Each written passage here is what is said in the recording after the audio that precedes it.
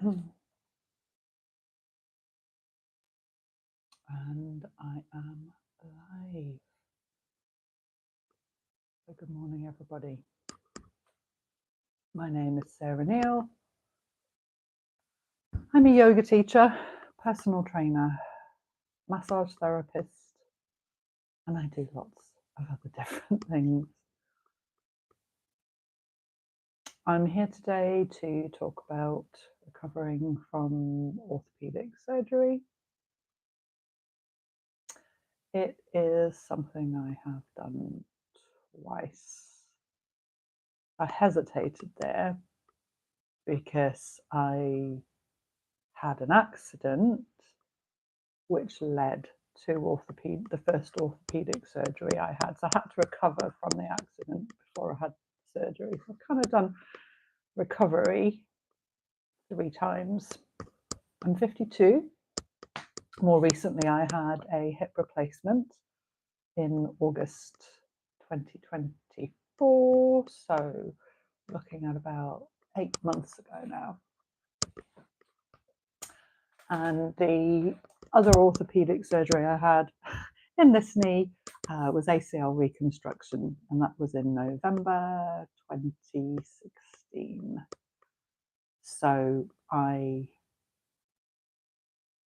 in my line of work, I come across a lot of people who have physical issues. Being a personal trainer, I teach group fitness as well. I see a lot of people moving on a daily basis. And I'm finding that having had orthopedic surgery, that I'm getting a lot of questions around rehab, recovery, when to get back to doing things. Now, I just want to put a caveat in there.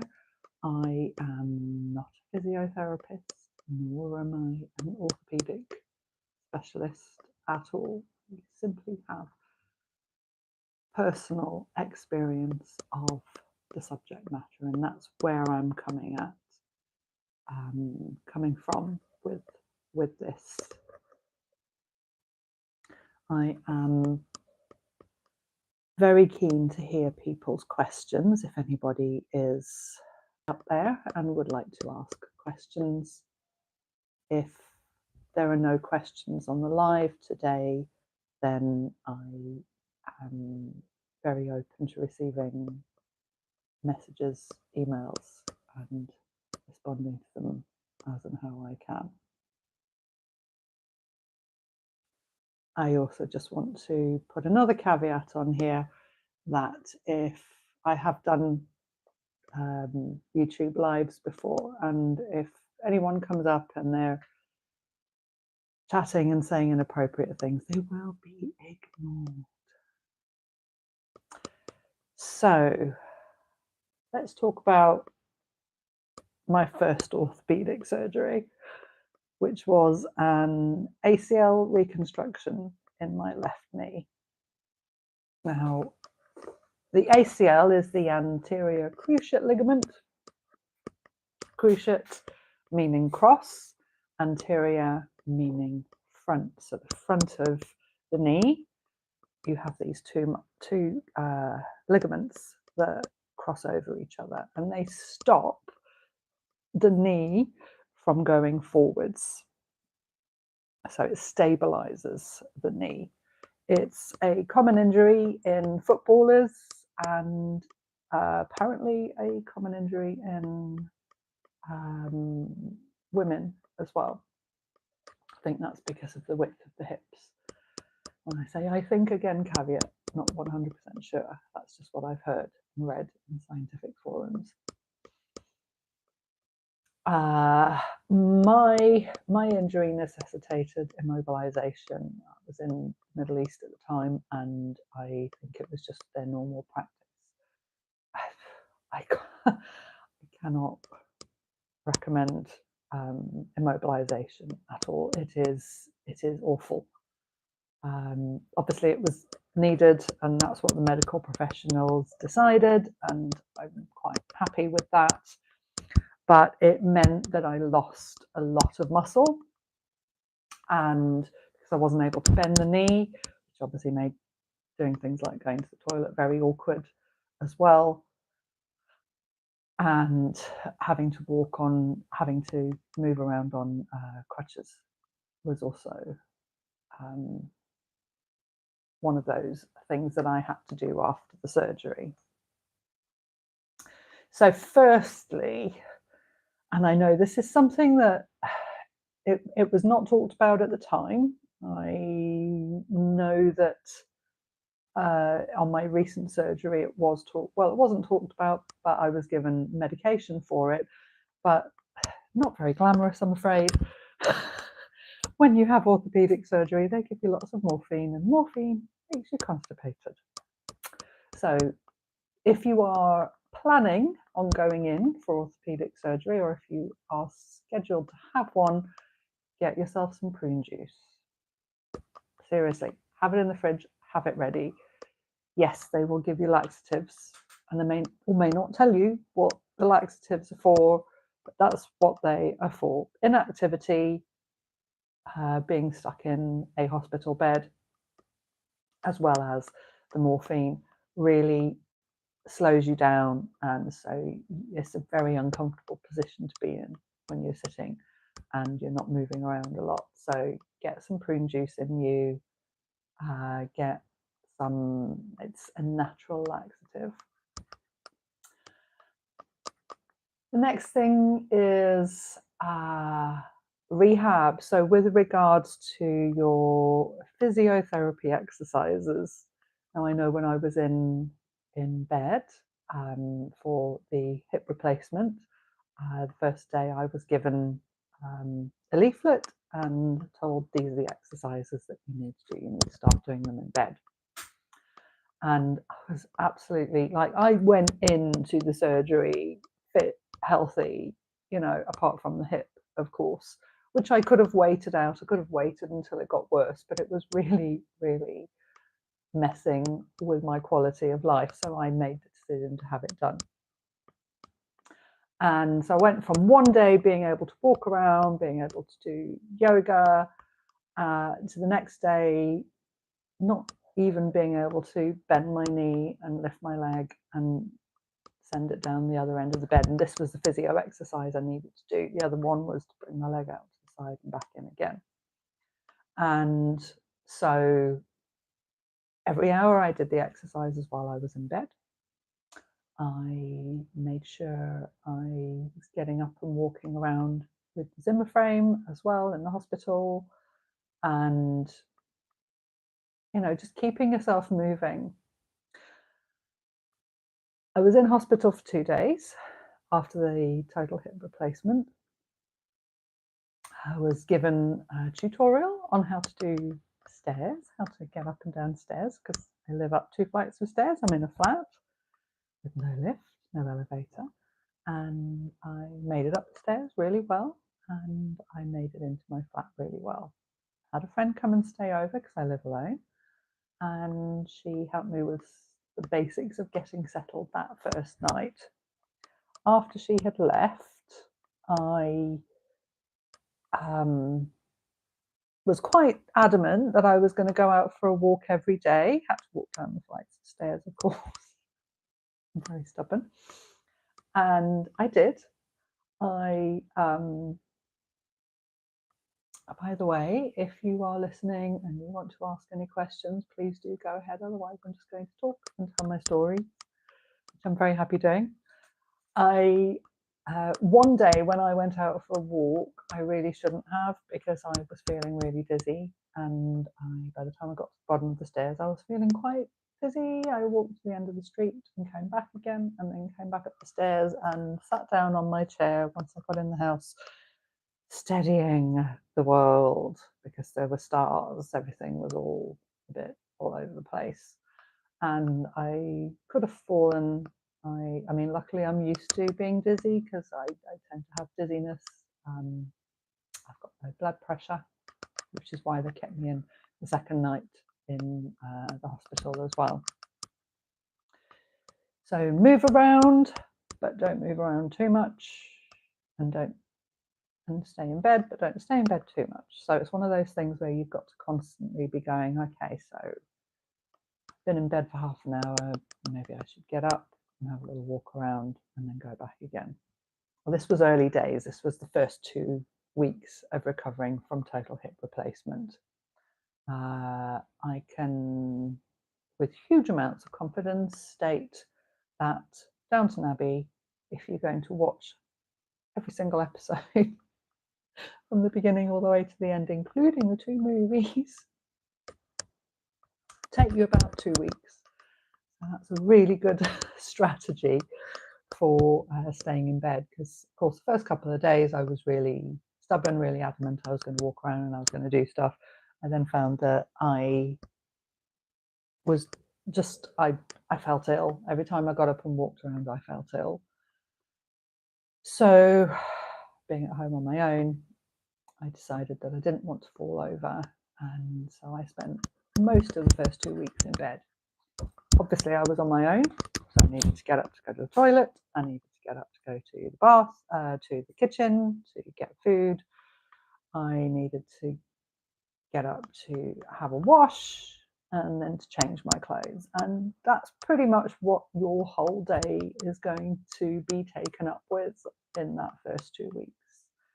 And so patient with yourself, be patient with yourself, be patient with yourself. I will say that again and again and again. I spoke with someone yesterday who had a hip replacement.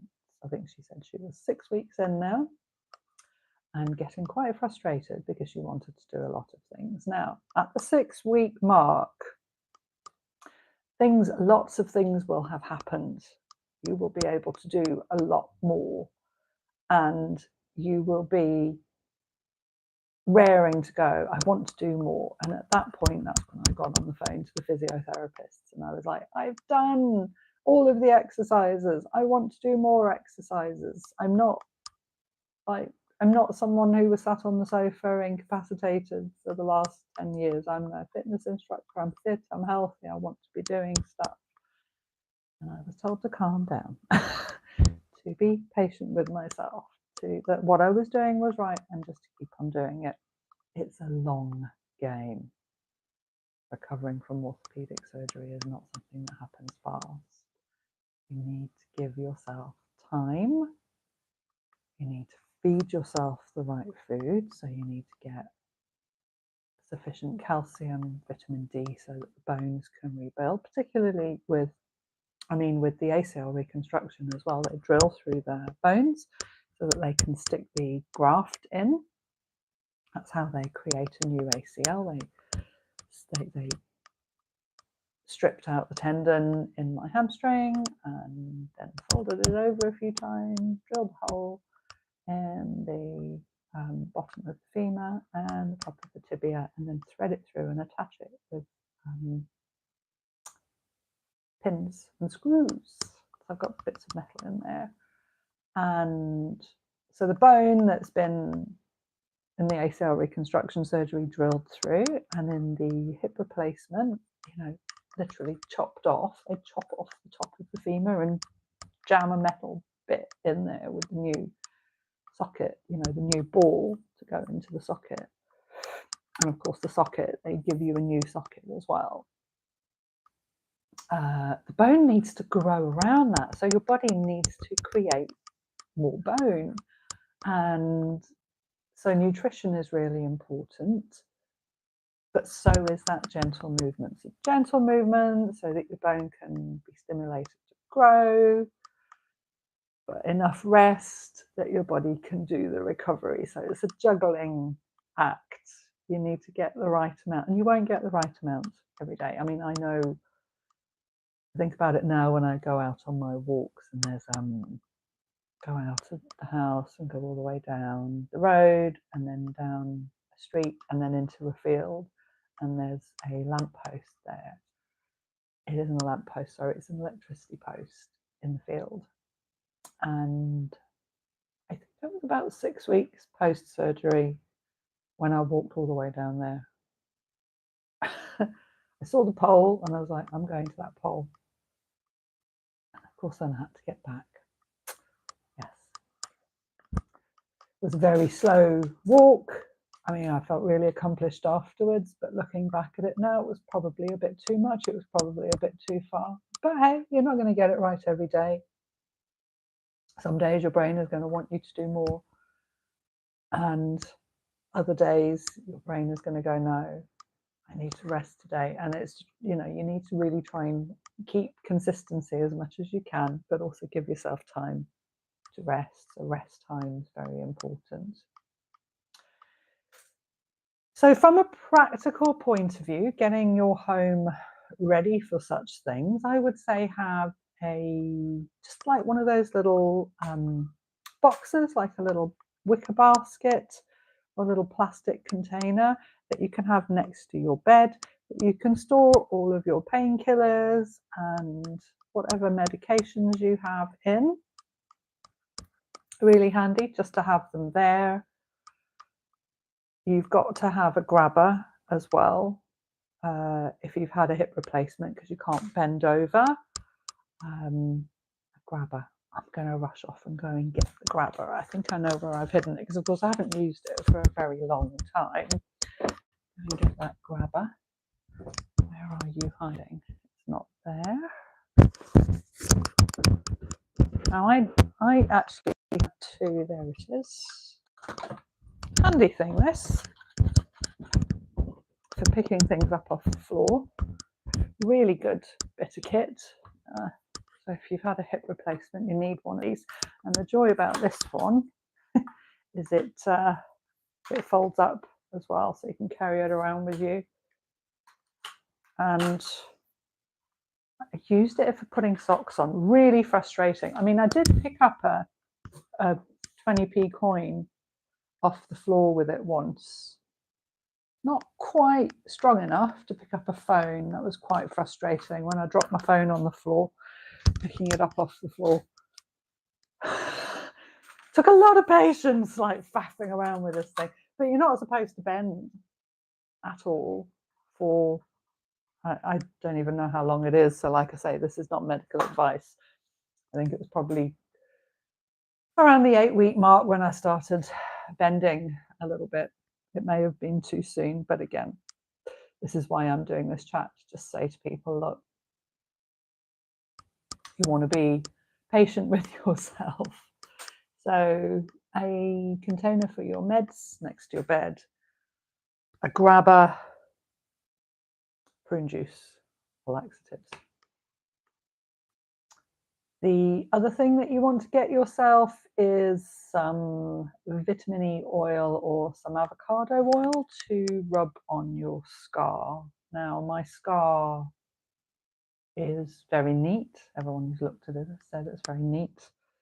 And the hip replacement, I know because I've measured it, the scar goes from there to there. That's how big that scar is. And they cut through the HiiT band as well, which is that soft tissue that goes down. Show you actually, goes down the side of the leg. So I've had a lot of burning in my scar, and I have found that massaging it at least once a day, sometimes twice a day, is really helpful. Now this is red, so you'll see on there. I'll highlight it actually.